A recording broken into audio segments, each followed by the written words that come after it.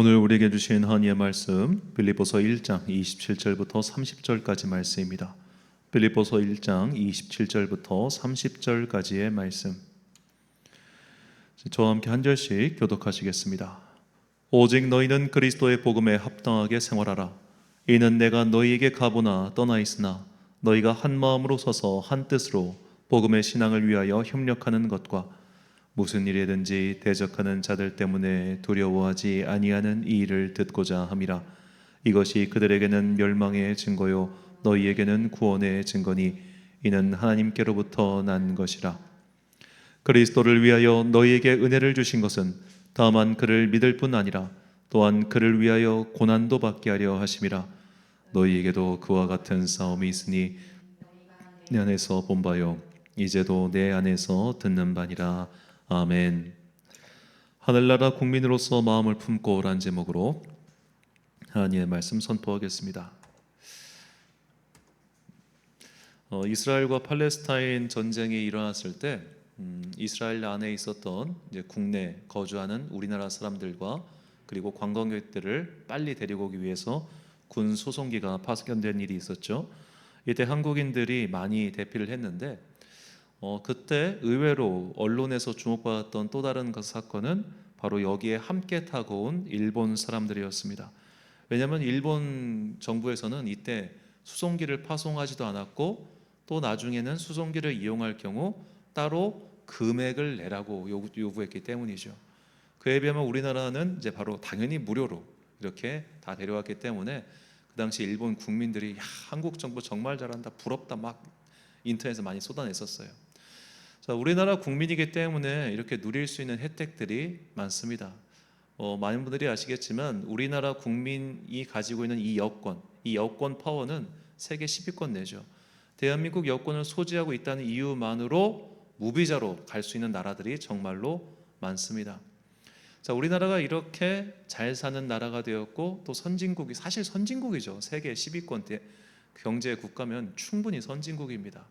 우리나라 참 인프라 좋습니다. 세계를 다녀봐도 우리나라처럼 괜찮은 나라 만나기 쉽지 않습니다.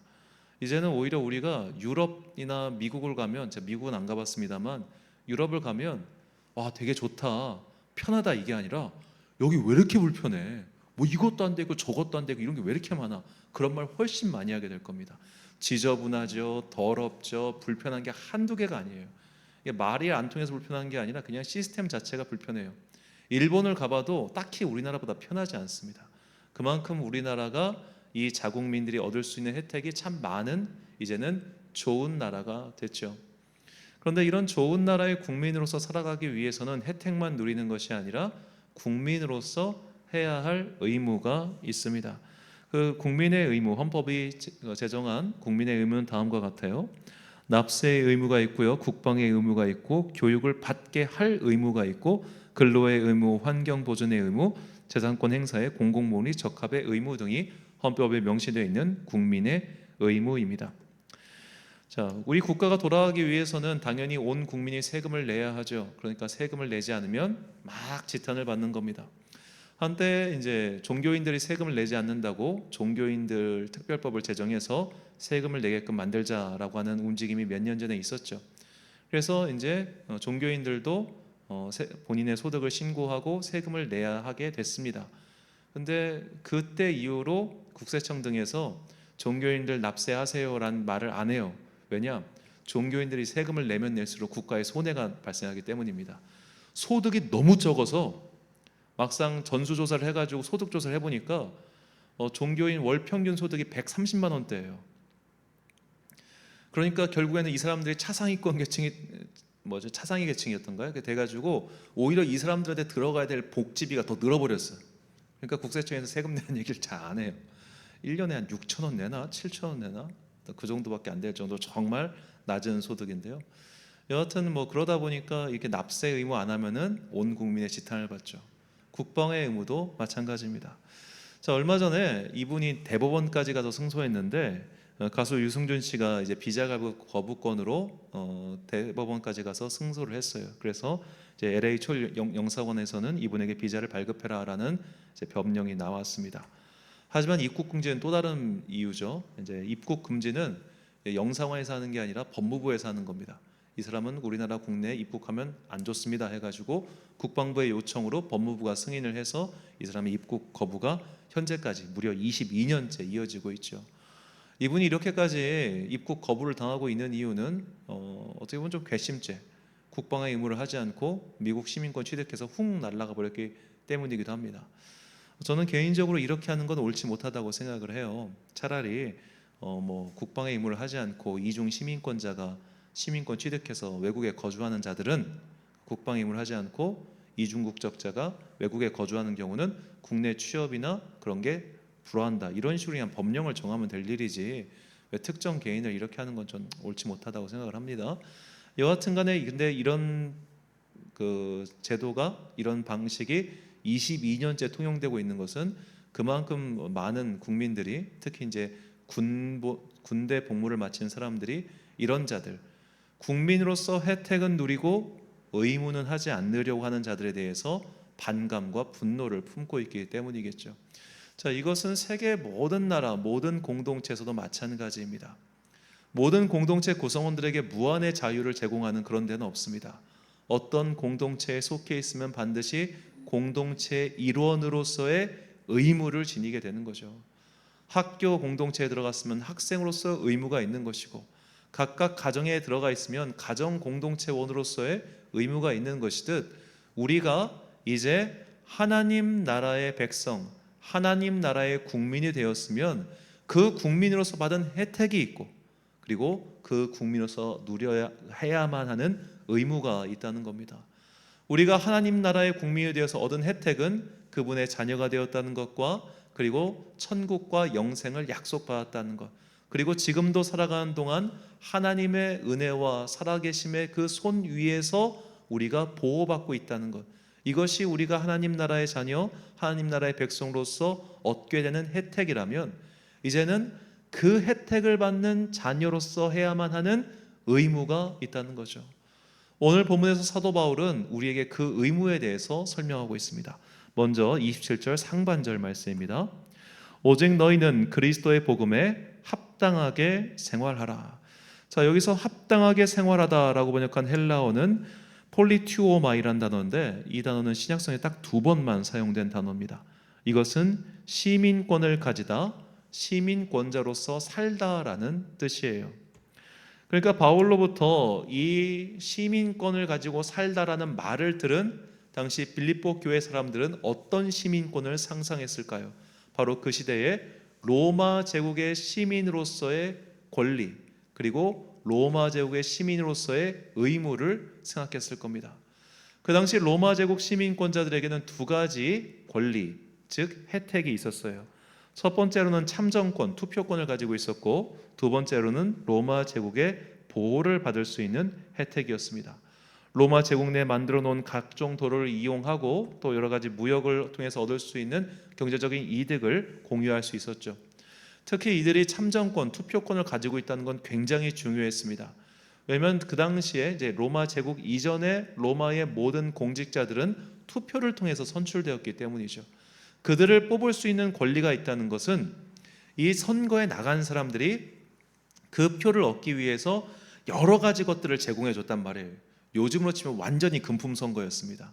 그러니까 투표권을 가지고 있는 사람들한테 잘 보이려고 막 무료로 밥을 공급해주고 무료로 이용할 수 있는 막 그런 서커스, 공연, 경기장 이런 걸 만들고, 이런 각종 시설들을 다 정치에 참여하려고 하는 지도자들이 제공했단 말이에요.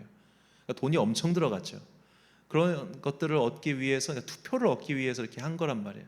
그러니까 이런 혜택을 누릴 수 있는 게 로마 시민권자의 권리였어요. 그런데 반면에 이런 권리를 누리기 위해서 그들이 반드시 해야만 하는 의무가 있었는데, 바로 군대 복무의 의무였습니다. 자, 군 복무를 싫어하는 건 지금 사람들이나 옛날 사람들이나 똑같았던 것 같아요. 이 기록에 따르면 군대 안 가려고 손가락을 자르는 일들이 그렇게 많았다고 합니다. 우리나라도 이제 그 군대 안 가려고 이렇게 손마디 자르시는 분들이 있었대요. 근데 지금은 어떤지 모르겠습니다만, 지금 다양하게 정신병을 한다든지 온몸에 문신을 새긴다든지 그런 식으로 이렇게 병역을 피하려고 좀 가든 수를 많이 쓰는데, 그 옛날에는 그런 게 없다 보니까 그냥 신체를 일부러 본인이 불구로 만드는 일들이 있었다고 합니다. 이게 조선 시대에도 있었고 로마 시대에도 있었으니 얼마나 참 유구한 전통인지 모르겠어요. 이 군대 복무를 반드시 해야만 하는 의무가 있었기 때문에 이것은 로마 시민권자의 절대적인 의무였고, 이것을 하지 않는 자들은 그야말로 사회에서 굉장히 하품 취급당하는 혹은 매장당하는 그런 일들이 많았습니다. 그래서 아마 바울도 군인으로서 복무를 했을 것이다. 이것이 사람들의 공통적인 시각 중 하나죠.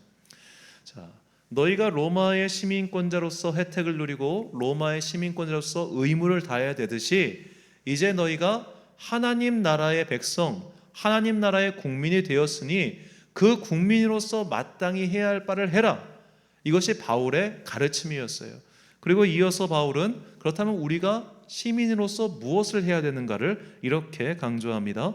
27절 하반절부터 28절 상반절까지 말씀이에요.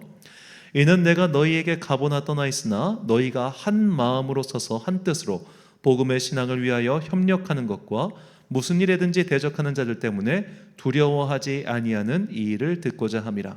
자, 협력하는 것과 두려워하지 않는 것, 이것이 바울이 하나님 나라의 백성들에게 지키라고 했던 의무였습니다.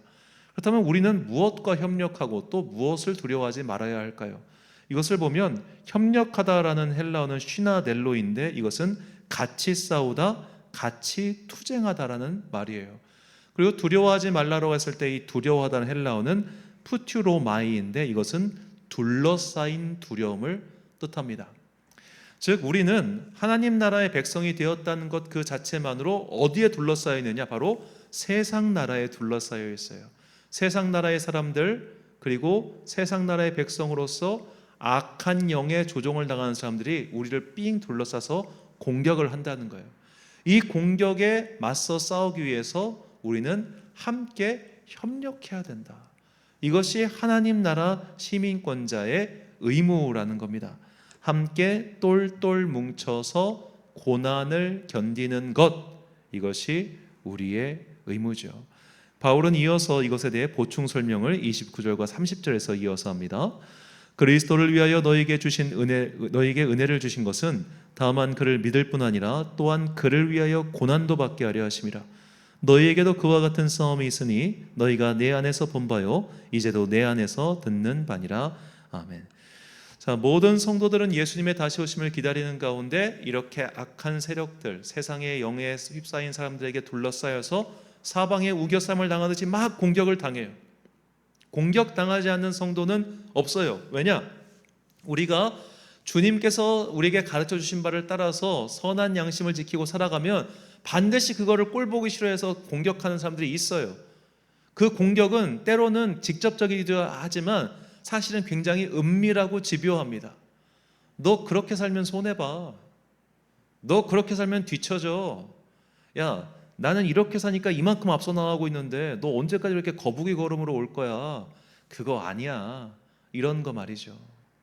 자, 우리가 세상을 살다 보면 이상하게 비겁한 사람이 성공해요. 비열한 사람이 잘 되는 게 눈에 탁탁 띄어요.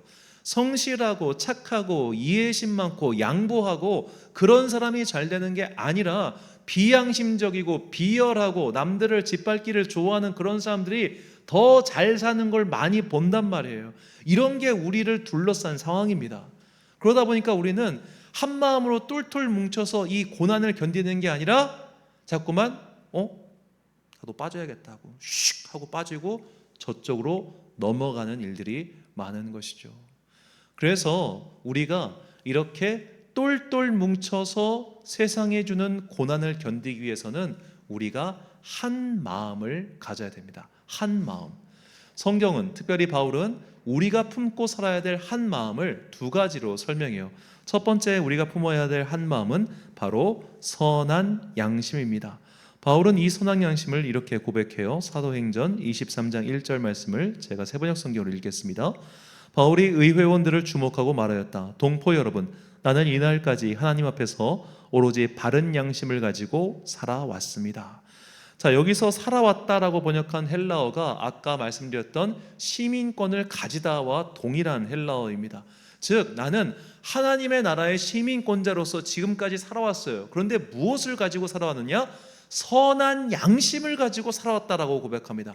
이 양심이라고 하는 헬라어는 쉰 에이데시스란 말인데 이것은 함께 보다라는 뜻이에요.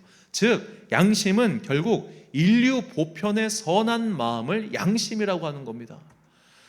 기독교인들 가운데 이런 설명 싫어하시는 분들이 있어요. 모든 사람에게 하나님께서 주신 그 로고스의 파편이 있어서 그 로고스의 파편으로 하여금 하나님을 깨닫게 할 수 있게끔 마음의 흔적을 남겨두셨다. 이것은 사실 로마서에 이미 바울이 설명한 설명인데도 이런 거 싫어합니다. 세상 사람들과 우리는 달라. 세상의 가르침을 우리를 거부하겠어라고 생각하면서 되게 좀 너무나 좀 배타적으로 생각하시는 분들이 계시는데 그건 성경적인 가르침이 아닙니다. 성경은 우리가 믿지 않는 사람들에게도 그들 안에 하나님의 말씀의 흔적이 남아있다는 것을 인정하게 만들어요. 우리가 그들과 소통할 수 있고 대화할 수 있고 무언가를 함께 할 수 있습니다. 그것 자체가 틀린 건 아니에요. 그들에게도 선한 마음이 있고 우리에게도 선한 마음이 있고 그 공통 분모를 가지고 그들을 이쪽으로 끌어당기는 것이 우리가 해야 될 일이라는 거죠. 그렇다면 우리가 품어야 될 선한 마음, 양심은 무엇인가? 저는 이 맹자의 설명을 참 좋아하는데요. 맹자가 인간이 가지고 있는 선한 마음 또 추구해야 되는 선한 마음을 4단이라고 했어요. 측은지심, 수호지심, 사양지심, 시비지심인데 타인의 불행을 아파하는 마음이 측은지심이고 부끄럽고 수치스럽게 여기는 마음이 수호지심이며 타인에게 양보하는 마음이 사양지심이고 선악과 시비를 판별하는 마음이 시비지심입니다. 그런데 그리스도인들뿐만 아니라 세상에 악에 물들어 있는 사람들이 어떻습니까? 타인의 불행을 즐거워하죠. 저 사람에게 안 좋은 일이 생기면 와 잘됐다라고 막 하면서 그 댓글 무지하게 다는 사람들, 그런 사람들이 측은지심이 있겠습니까? 악한 겁니다. 악한 거. 그리고 양보하지 않고 어떻게든 더 빨리 가서 내 것을 취하려고 하는 사람들, 그런 비양심적인 사람들이 세상에 널려 있잖아요. 이런 사람들 속에서 선한 양심을 가지고 살아가는 게 그리스도인이 품어야 할 마음이라는 겁니다. 그러니까 그리스도인이 나는 예수만 믿어요, 나는 신앙이 좋아요 라고 하면서 저렇게 누군가를 측은지심이 없고 누군가에게 양보하는 마음이 없고 선악과 시비를 따르지 않고 그냥 사는 그런 사람이라면 그는 잘못된 마음을 품고 사는 거예요. 그리스도인들은 상식이 통하는 사람이어야 합니다. 그리스도인들은 모두가 공통적으로 가지고 있는 그 선한 양심을 가진 사람이어야 해요. 내가 이런 선한 양심이 없이 나는 예수를 믿으니까 라고 하면서 세상을 향해서 돌을 던지고 뛰어드는 사람 어떤 사람들이에요? 광신도들입니다.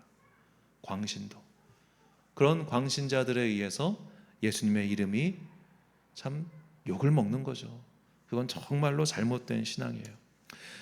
자, 그리고 우리가 품어야 될 한 마음은 바로 그리스도 예수의 마음입니다. 오늘 본문에 이어서 사도 바울은 빌립보서 2장에서 이 예수의 마음을 이렇게 설명합니다. 빌립보서 2장 2절, 5절, 8절 말씀. 마음을 같이하여 같은 사랑을 가지고 뜻을 합하며 한 마음을 품어 너희 안에 이 마음을 품으라. 곧 그리스도 예수의 마음이니 사람의 모양으로 나타나사 자기를 낮추시고 죽기까지 복종하셨으니 곧 십자가에 죽으심이라. 아멘. 자, 이 빌립보서 2장 2절, 3절과 4절을 보면 각각 남을 자기보다 낮게 여기고란 말까지 나오죠.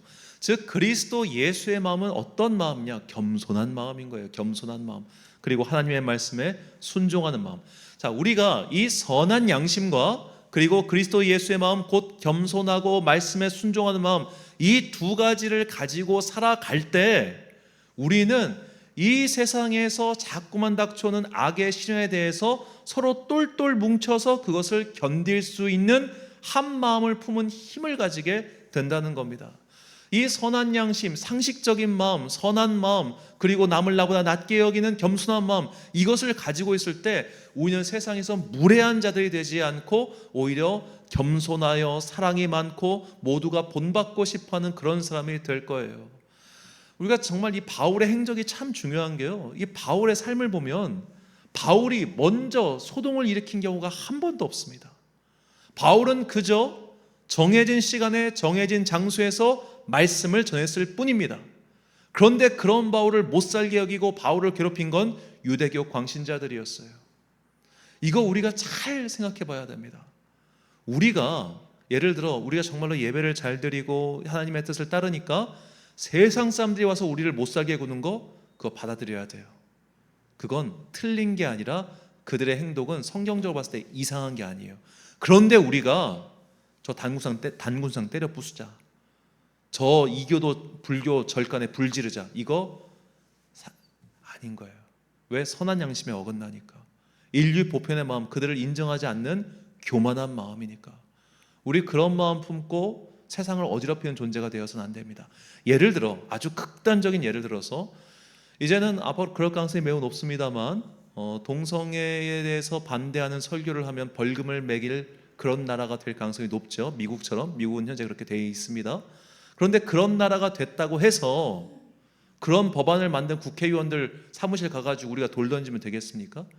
그들의 핍박은 받는 게 당연한 거고요. 우리한테. 우리가 그런 거 안 받겠다고 오히려 막 정치적인 소요를 벌이고 소동을 일으키는 거, 그건 옳지 못하다는 겁니다. 억울하고 분하죠. 왜 우린 당해야만 돼? 왜 우린 맨날 이렇게 둘러싸가지고 수비적인 행태만 해야 돼? 우리 나가 싸워야지. 악한 것들을 물리쳐야지. 이렇게 말하는 순간 우리는 그리스도 예수의 마음을 품은 게 아니라 내 안에 무언가를 해결하기 위한 울분에 찬 외침이 되게 쉽다는 거예요. 예수님께서는 십자가에 달려 돌아가셨습니다. 예수님께서는 칼을 들고 그 대제사장 종 마고의 그를 내려치는 베드로를 향해 칼을 집어 넣으라. 칼로 흥한 자는 칼로 망한다고 하셨습니다. 이게 예수님의 마음입니다. 어떠한 우리의 외부에 우리를 괴롭히는 세력에 맞서서 너희들이 창을 들었어? 그럼 나도 창을 들어야겠어. 너희들이 덤붙들어 갖고 덤벼들어? 그래, 그럼 나도 너에게 당하지 않기 위해 더 큰 걸 갖고 싸워야겠어. 너의 권리를 지키기 위해 언성을 높여? 그럼 나는 더 크게 싸울 거야. 이런 방식이 그리스도 예수의 마음도 아니고 성도의 싸움 방식도 아니라는 거예요. 우리는 함께 뭉쳐서 똘똘 뭉쳐서 그들에게 대항하는 것이 아니라 그들을 견디는 게 우리의 의무라는 겁니다. 억울하죠. 분하죠. 그리고 이런 싸움은 사실 수비적 싸움이잖아요. 그러니까 하기 싫어해요. 말씀은 누군가 너의 오른뺨을 치면 왼뺨도 되라는데 뺨 맞아봐요. 그런 마음 드나? 그거 뺨 안 맞아본 사람이 하는 말일 수도 있어요. 물론 뭐 예수님의 말씀이니까 그건 아닙니다만, 진짜 당하고 사는 거, 양보하고 사는 거, 손해보고 사는 거 진짜 힘들어요. 억울하고 분해요. 그래서 우리에게 믿음이 필요한 거예요. 하나님, 내가 지금 하나님 말씀대로 사느라, 하나님께서 말씀하신 그 선한 양심을 가지고 사느라 이거 손해봤죠? 이거 놓쳤죠? 이렇게 당하고 있죠? 그거에 대한 보상 하나님 해주세요. 해주세요. 그럼 하나님 그거 당연히 해주시지 않겠어요? 우리가 그 믿음을 지키고 사는 겁니다.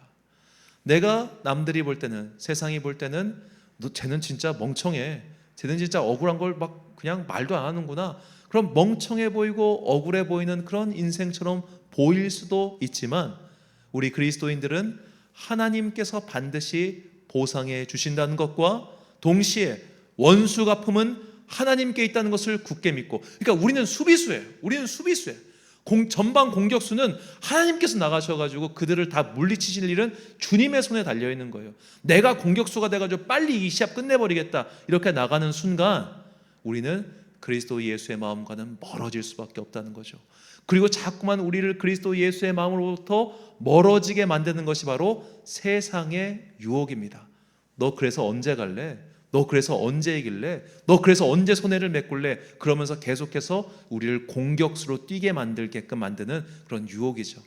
그런 당김으로부터, 그런 유혹으로부터 벗어나서 그리스도 예수의 마음을 굳게 품고 주님께서 다시 오실 때까지 기다리는 것, 믿음을 지키며 인내하는 것, 이것이 하나님 나라의 백성으로서 우리에게 주어진 의무라는 것을 결코 잊어서는 안 될 것입니다. 그래서 시편 기자는 내가 끝까지 이 믿음을 지킬 수 있게 달라고 주님께 다음과 같이 간구했습니다. 시편 16편 1절부터 3절까지 말씀 우리가 찬 목소리로 봉독하겠습니다. 시작. 하나님이여 나를 지켜주소서. 내가 주께 피하나이다. 내가 여호와께 아뢰되 주는 나의 주님이시오니 주밖에는 나의 복이 없다 하였나이다. 땅에 있는 성도들은 존귀한 자들이니 나의 모든 즐거움이 그들에게 있도다. 아멘. 사랑하는 천안광성교회 성도 여러분, 그리고 이 예배를 함께 드리고 계신 귀한 주님의 자녀 여러분, 우리는 예수님의 다시 오심을 기다리는 대림절기를 지내고 있습니다. 이 대림절기 동안, 그리고 주님께서 다시 오시는 그 기간 동안 우리가 품어야 될 것은 그리스도 예수의 마음입니다. 그 마음은 세상의 이상 모든 사람에게 주신 선한 양심과 더불어 남을 나보다 낮게 여기는 겸손한 마음이기도 합니다. 우리를 자꾸만 세상의 방식으로 끌어당기려고 하는 그들의 유혹을 물리치기 위해서 우리는 이 예수의 마음을 가지고 똘똘 뭉쳐 믿음의 환란을 견뎌내야 됩니다. 자꾸만 너 그렇게 살면 망한다, 너 그렇게 살면 뒤처진다, 너 그렇게 살면 루저가 될 뿐이다 라고 말하는 그 세상의 유혹을 물리칠 수 있도록 주님께 성령님의 은혜를 구하십시오. 우리 그 세상의 유혹은 주님께서 다시 오시는 그 순간까지 결코 멈추지 않을 것입니다. 앞으로도 우리에게 다가올 이 세상의 유혹, 세상의 방식대로 살라고 하는 그 유혹을 살뜰히 물리칠 수 있도록 날마다 성령의 은혜를 구하고, 그리하여 그리스도의 예수의 마음을 지켜 마침내 주님께 승리의 면류관을 받는 여러분과 제가 되시길 주님의 이름으로 축원합니다. 기도하겠습니다. 사랑과 은혜가 풍성하신 아버지 하나님, 지금도 세상의 악한 영들을 우리를 그들의 방식으로, 그들의 나라로 끌어당기려고 노력하고 있습니다. 그러나 주님, 우리는 주님의 인치심을 받은 자들입니다. 이미 그리스도 예수의 영이신 성령님을 받은 사람들입니다. 이제 주님의 그 한 마음을 품고 우리에게 다가오는 모든 유혹을 살뜰히 물리쳐 마침내 주님께 승리의 면류관, 큰 상을 받는 주의 자녀들 되게 하여 주옵소서. 이제 우리에게 그 하늘의 상급을 주실 거룩하신 예수 그리스도의 이름으로 기도드립니다. 아멘.